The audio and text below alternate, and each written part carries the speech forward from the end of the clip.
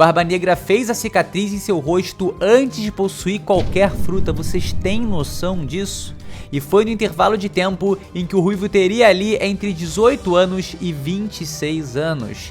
Nessa época, a Negra se aproximando da ilha, simultâneo a um enorme esquadrão da marinha, ficou claro que o que se aproxima no horizonte é guerra. 2 Yonkou, 4 vice-almirantes, um almirante, um Gorosei e o maior cientista do mundo.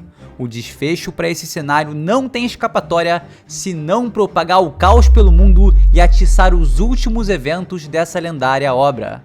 Mas o que as pessoas não sabem é que o que provocará esse episódio é um fator surpreendente e sem precedentes. Marshall the Teach, o Barba Negra, está grávido. E essa gravidez indesejada é o que resultará na morte de Monkey D. Garp e Santi Garcia Saturno, fazendo com que o mundo inteiro entre em choque e total desequilíbrio.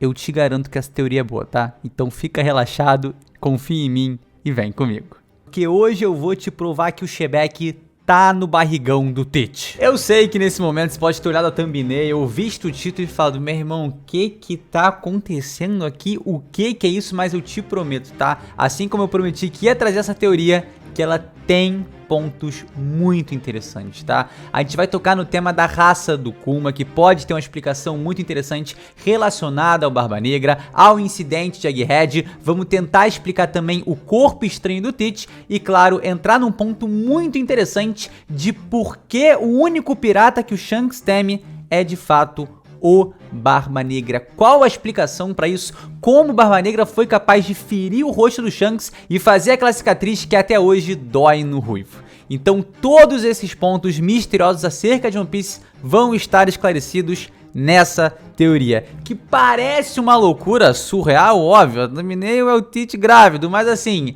é muito interessante. Eu elaborei essa teoria juntando várias evidências que eu encontrei ao longo de One Piece e também buscando convergir os plots que hoje se encontram ativos na obra. E claro, também teve uma parte mais ali intuitiva, por assim dizer, como por exemplo a volta de Shebeck, que você vai ver inclusive que tem mais pontos que indicam para isso do que você imagina. Então, por favor, não esquece de deixar aquele like, se inscrever no canal e, claro, votar na gente no prêmio IBEST, tá, gente? Só falta mais uma semaninha. Se permanecer como tá, se vocês permanecerem votando, a gente não vai pedir mais voto, porque segunda-feira a gente já vai estar classificado para a próxima fase, tá bom? E aí é com os jurados, com a academia do prêmio e tudo mais. Então eu vou ficar muito grato, vota aí, não esquece disso. Nosso parceiro Evandro do Mangão já passou e agora é nossa hora, depois a gente puxa o Bruno também e vamos pra cima, pô. Isso é a comunidade de One Piece. Vamos agora pro vídeo. Para compreendermos o desenrolar desse cenário, primeiro precisamos entender como ele está sendo construído. Em Egghead temos os Chapéus de Palha aliado ao Vegapunk e um pequeno grupo da CP0, que consiste em Rob Lute, Kaku e Stussy, que na verdade já estava ali mancomunada com o maior cientista do mundo. Além deles temos os satélites do Vegapunk que podem encontrar seu fim a qualquer momento e também os poderosos Serafins. Vindo em direção à ilha com uma centena de navios, temos o Almirante de Luz Kizaru liderando essa frota enorme ao lado do Gorosei Santi Garcia Saturno, como descrito em sua caixa de apresentação, a autoridade máxima mundial. Junto deles temos a Vice-Almirante Doll, acompanhada de novos personagens que também parecem ser vice-almirantes e prometem mostrar seu valor. Para finalizar os grandes nomes que acercam essa região, temos um dos principais navios da frota de Barba Negra. Não sabemos ao certo se é o sabre de Shebeck, pois como a gente pode ver, no anime parecia que a grande diferença entre eles se tratava ali do nome Blackbeard na bandeira. Mas a realidade é que no capítulo 803 do mangá podemos ver que, bom, os navios são realmente iguais. Independente disso, é certo que as forças desse pirata que se aproximam de Egghead são poderosas, e levando em consideração que esse será um evento que vai abalar o mundo, faz sentido que seja o próprio Yonkou se aproximando, certo? E se não for ele nesse momento, provavelmente é um navio com Catarina Devon, Lafite e o 10º Capitão Titânico. Mas mesmo se o Barba Negra não estiver chegando agora, quem sabe ele não chega logo em seguida? E agora, com todos esses enormes nomes que se reúnem ao redor dessa ilha futurística, o que poderia acontecer para chocar o mundo? tivemos há pouquíssimo tempo a queda de Kaido e Big Mom, e por mais que tenha sido uma notícia muito impactante, ela não abalou o planeta de maneira inimaginável como o incidente de Egghead fará. Então a queda de um Yonkou ou até mesmo dois imperadores não parece ser o suficiente para chocar o mundo. Principalmente se tratando de um Yonkou que impera nos mares há 1 ano e outro que tá aí, né, só há 1 semana. Big Mom e Kaido estavam estabelecidos há décadas e o significado da queda deles dentro do universo de One Piece certamente seria mais expressivo que agora a queda de Luffy e Barba Negra. Isso para não falar na queda do Barba Branca, né, que era o grande nome dessa geração. Enfim, totalmente viável descartarmos a possibilidade de que a queda de um desses Yonkous será o responsável por abalar o mundo. Além de que, narrativamente, né, nem o Barba Negra e nem o Luffy vão cair agora. Só nos resta então olharmos para o lado da marinha, e claro, aqui a gente já sabe que existe uma pessoa cuja queda abalaria as estruturas desse planeta, a Vice-Almirante Doll, ou o suposto Vice-Almirante Homero Simpson. Mentira, né? Claro que a gente tá falando do Gorosei Santi J. Garcia Saturno. Tal como mencionei sobre os Yonkou, a morte de um almirante certamente traria ali um abalo para a sociedade, mas não seria um choque inimaginável. Afinal, o Aokiji foi substituído e isso, apesar de ter funcionado muito bem dentro da narrativa de One Piece, não gerou um impacto enorme dentro do planeta da obra, né? Mas a queda de um Gorosei, melhor, a morte de um Gorosei certamente abalará o mundo. Em Sabaody tivemos um vislumbre do pânico gerado ao vermos um dragão celestial sendo agredido. Os deuses desse mundo não devem ser tocados, muito menos mortos. E como reagiria a sociedade com o assassinato de não apenas um Tenryubito qualquer, mas sim de um próprio Gorosei? Então a possibilidade desse incidente estar estritamente conectado à morte de Santi J. Garcia Saturno parece bem provável. Ainda mais se for revelado pra gente em breve, né, que os Goroseis são, abre aspas aí, imortais. Talvez por terem recebido a cirurgia da juventude perene ao longo dos últimos séculos. A morte de alguém imortal certamente perturbaria o planeta. E principalmente sendo alguém em tão alto patamar. E apesar de eu achar o cenário perfeito para a queda de um Gorosei, né, esse cenário aí que se monta em Egghead, eu quero levantar uma ideia nova. E se a queda que abalará esse mundo for, na verdade, de Monkey D. Garp? Como vimos no capítulo 1080, o herói da marinha invadiu o Ratinoso em perseguição ao Barba Negra e está a ponto de salvar seu amado aprendiz Kobe. A intenção desse marinheiro após esse evento ainda é incerta, mas como vimos no capítulo 1071, ele queria mesmo acabar com a raça de Teach. Então, por mais que ele não esteja envolvido agora no cenário, se esse chegando em Egghead for mesmo o Sabre de Shebeck, não é possível que em breve tenhamos o Capitão Kobe, Helmeppo, Garp e outros membros da SWORD se envolvendo nesse confronto? Com isso, teremos esse personagem lendário se envolvendo num cenário de guerra iminente. E bom, sua morte seria capaz de abalar o mundo? A minha resposta é que sim. Na perspectiva de um cidadão comum do universo de One Piece, a Marinha é a justiça. É a bandeira que representa e conserva a paz. E dentre tantas figuras que traduzem os valores dessa instituição, temos uma que os reflete melhor do que ninguém. O herói da marinha é a personificação da paz e do equilíbrio. É aquele que melhor representa o conceito de justiça para um cidadão comum no universo de One Piece. Na visão deles, Garp foi o responsável pela captura do rei dos piratas Gold Roger, por mais que a gente, como leitor, saiba que isso não é verdade. A questão aqui é que o Garp é o símbolo supremo de justiça para o mundo que combate a maldade presente nele. A queda desse personagem, principalmente nas mãos de um pirata, representaria a fragmentação de todos esses conceitos relacionados a ele. Seria uma verdadeira quebra de realidade para milhões de pessoas ao redor desse mundo.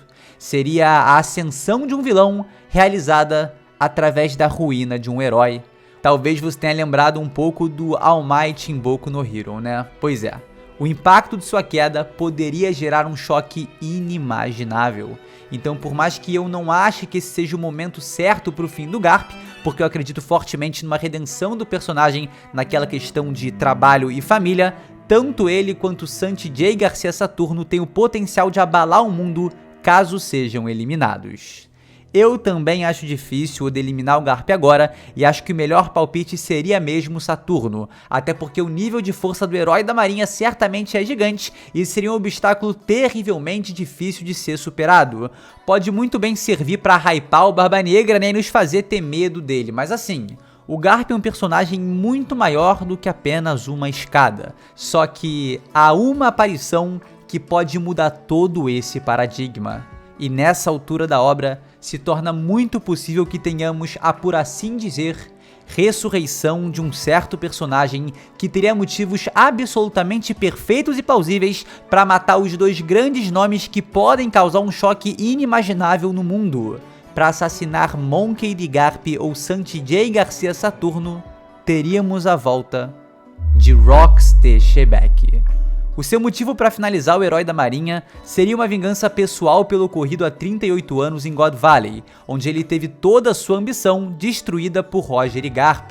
E seu propósito para eliminar o Gorosei seria porque seu maior sonho sempre foi se tornar o rei do mundo. E sabendo que os 5 anciões reinam esse planeta, parece muito plausível que em sua visão ele tenha que matar aqueles que o impedem de alcançar seu trono.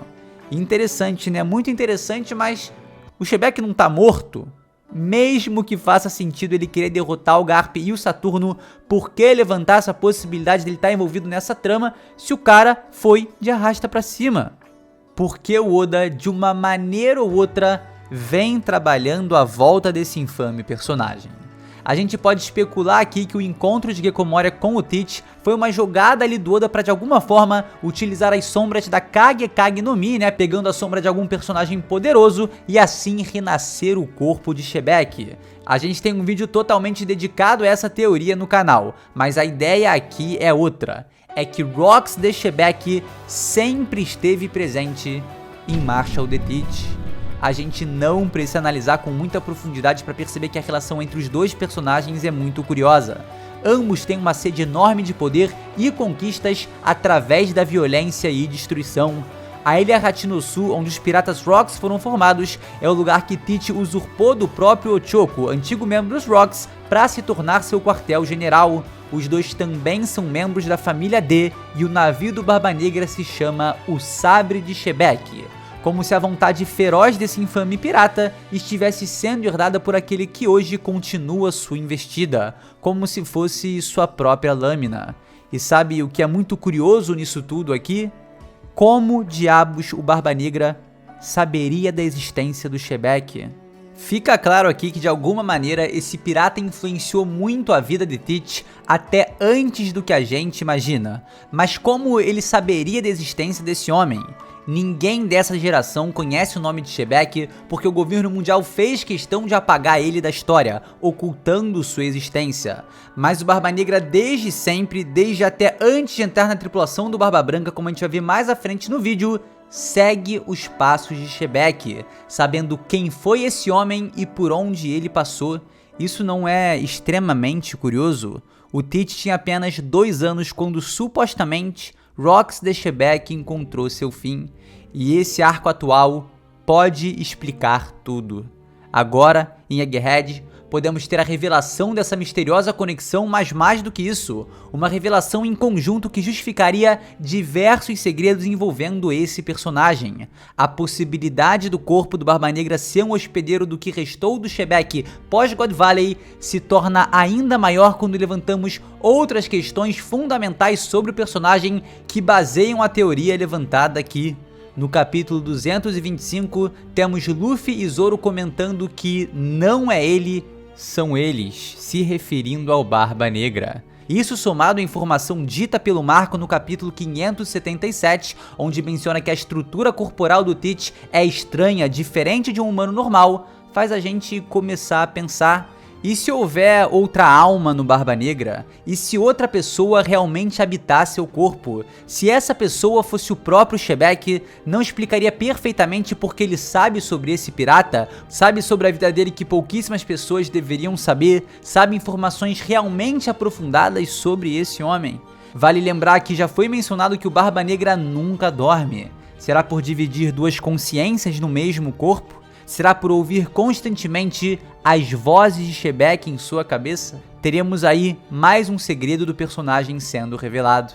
E pra gente entender como essa fusão entre corpos é possível, a gente precisa voltar a 38 anos no incidente de God Valley.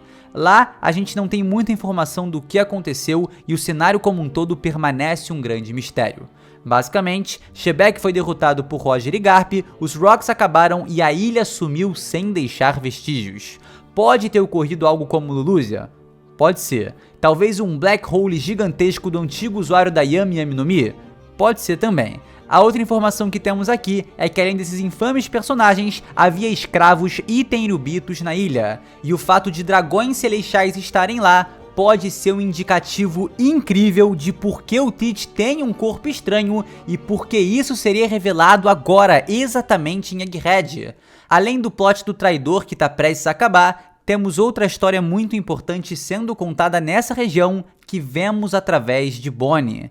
A história de Bartolomeu Kuma. O pouco que tivemos sobre ela já é o suficiente para conectarmos vários pontos levantados aqui. Vemos Kuma numa situação deplorável em que ele havia escapado de algum lugar, fugido de alguém. E pela fala daqueles que estão atrás dele, é como se todos estivessem na mesma situação, na mesma pobre conjuntura. O garoto chega até a dizer que prefere morrer do que voltar para aquele lugar. É como se fosse um escravo, é como se todos fossem escravos. Escravos de, como podemos ver nesse painel, tenryubitos. E é muito natural que a gente logo pense diretamente em Marejoa, mas qual outra localidade desse mundo tinha tenryubitos e escravos de forma proeminente?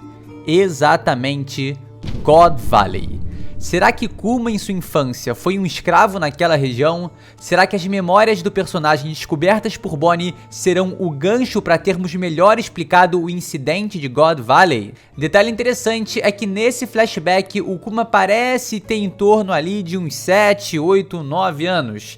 É uma criança grandona, dá pra ver, então fica difícil estimar, mas hoje ele tem 47 anos, então se o incidente foi há 38 anos, na época do ocorrido ele teria 9. Teria Bonnie acessado a recordação desse incidente? E se Barba Negra realmente estiver chegando em Egghead, será que podemos ter sua relação com Shebek explicada através dessas memórias? Há mais um detalhe muito interessante em Kuma que contribui muito para a ideia levantada aqui. Sabemos que ele é de uma raça especial, mas nada de muito diferente nos foi informado sobre ele.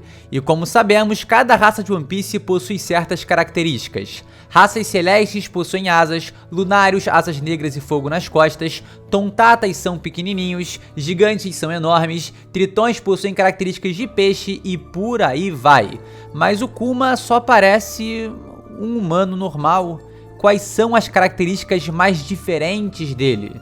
Ele tem a pele um pouco mais escura e o cabelo um pouco mais crespo que a maioria dos personagens de One Piece. E se a gente parar pra pensar, não é tal como Marshall the Teach? Já nos foi revelado que o Vegapunk fez experimentos no Kuma porque seu físico era especial, diferente. Será que o corpo estranho do Barba Negra também tem a ver com essa raça especial? Foco mais uma vez aqui nessa frase do Marco, quando o Karma fala sobre ser impossível comer duas frutas. Para um, abre aspas, ser humano normal, fecha aspas, com certeza é. Mas como vocês sabem, Teach não é como os outros. Por que teríamos essas aspas exatamente na menção de que ele é um ser humano normal? Porque ele não é? Estaria bem na nossa cara o tempo todo. Estaria Marco implicando que Teach, apesar de parecer muito tal como Kuma, não é um humano normal e sim de outra raça. E qual seria a grande diferença dessa raça para as outras? Por fora parece igual, exatamente como um humano, né? Pois é. Então só nos resta pensar que a grande diferença está em seu interior. O Kuma já foi mencionado como alguém que tem um corpo especial e o Barba Negra é mencionado como alguém que tem um corpo diferente. E é por isso que aqui eu afirmo, Marshall the Teach está grávido de Rox de Shebek. Ou para ser mais preciso, devido à sua constituição ser diferente da de um ser humano normal, né, por ele ser de outra raça, uma raça especial, Barba Negra divide seu corpo com outra alma ou outra consciência, que no caso seria a de Shebek. Isso poderia explicar porque ele nunca dorme, porque ele conhece esse lendário pirata e também porque ele conseguiu consumir mais de uma Akuma no Mi. Além de explicar diversos mistérios sobre o personagem, também justificaria uma relação muito intrigante que ele possui com outro Yonkou. Se, como tudo aqui apontado indica, Tite de fato hospedar Shebek, teríamos justificado porque ele é o único pirata do mundo que Shanks teme. O Barba Negra fez a cicatriz em seu rosto antes de possuir qualquer fruta, vocês têm noção disso? E foi no intervalo de tempo em que o Ruivo teria ali entre 18 anos e 26 anos. Nessa época, o Shanks certamente já era muito poderoso e até mesmo duelava contra o Mihawk.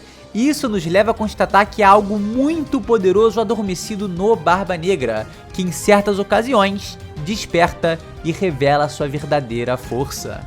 A gente já viu o Barba Negra em ação diversas vezes. Contra o Ace, tomando uma sova histórica do Magellan, sendo acertado em cheio pelo Luffy, mas depois tomando vantagem. Contra a Boa Hancock, tomando um susto do S-Hawk, passando dificuldade contra o Law. E sejamos sinceros, né? Por mais que esteja claro que ele é sim muito poderoso, nunca foi nada surpreendente. Não se compara à imponência e brutalidade absurdas que vemos quando Shanks desfere seu único golpe para vencer o Kid.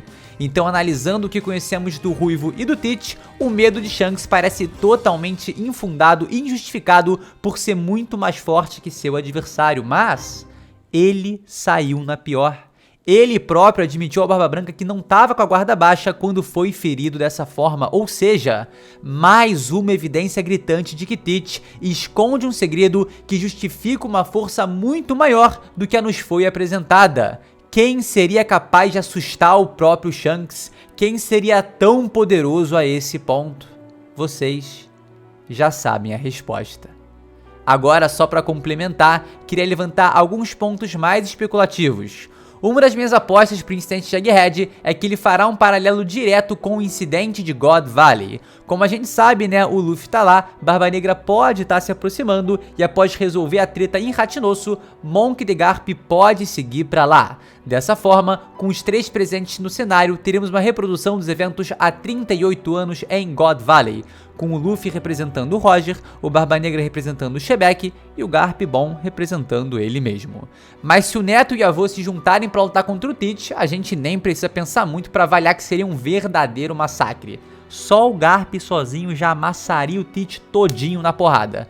Porém, se o Barba Negra esconder um segredo que justifica o medo do Shanks e trouxer de volta Shebek para representar o próprio Shebek, teríamos o potencial personagem mais forte da obra para enfrentar Garp e o Roger dessa geração. E se mesmo assim parece inviável que Rox de Shebek seja capaz de enfrentar Luffy e seu avô, vale lembrar que ele é temido pelo próprio Shanks. E no passado, enfrentou juntos o herói da marinha em seu auge e o rei dos piratas. Mesmo assim, pensar em alguém que seja capaz de vencer o Garp, principalmente depois desse último capítulo, parece inviável, né? E pra concluir, outra ideia que eu acho interessante é se o Shebek fosse o antigo usuário da Yami Yami no Mi. Isso, além de justificar o desaparecimento de God Valley através de um último recurso extremamente poderoso seu, também pode explicar por que Barba Negra dedicou sua vida inteira a conseguir essa fruta. Ao invés de acabar sendo uma parada clichêzona, né, onde ele, coincidentemente, acabou com a mesma fruta daquele que ele herda à vontade,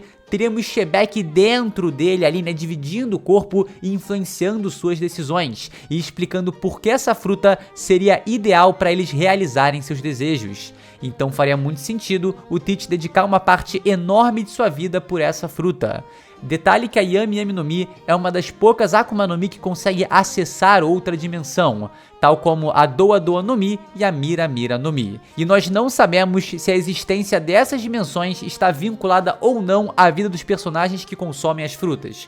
Deu pra entender? Basicamente, pode ser que quando o Brueno morrer, a dimensão das portas continua existindo, mas sem ninguém tendo poder para acessá-la. O mesmo vale para Brulé e o mundo dos espelhos. Então tudo que é colocado dentro desses universos pode permanecer para sempre até que o próximo usuário pegue a fruta e a consuma, assim tendo poder para adentrar nessas dimensões que permanecem vivas mesmo sem um usuário de fruta.